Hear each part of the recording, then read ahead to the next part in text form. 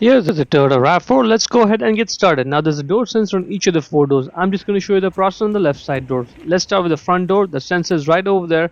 You need to take off this one bolt, and for that you will need a T30 Torx 30 screwdriver bit. That's the only tool you need, and you definitely need it. Without it you cannot do this job. It fits in right over there. So let's go ahead, get this bolt out using a T30 screwdriver bit, and do not lose this bolt. It's very important. Now grab the sensor and pull it out. Now you may feel a lot of resistance because there's not a whole lot of wire length over there, so be careful over here. You don't want to lose the electrical connector inside the car, because once it goes in the body it's a lot more work to pull it out. So hold on to it with one finger, get the new sensor and just put it back on.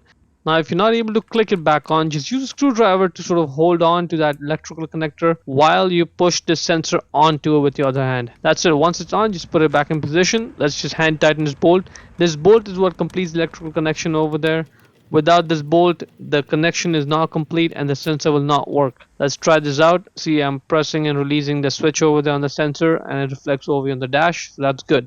Now let's move on to the rear side. Same process, same tool, same sensor, no differences whatsoever.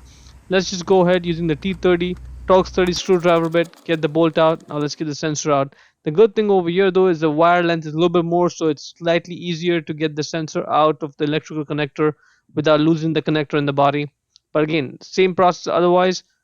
Get the new sensor, click it back on, and once it's on, just put it back in. Hand tighten the bolt in first, tighten it down using the T30 screwdriver, and let's try this out.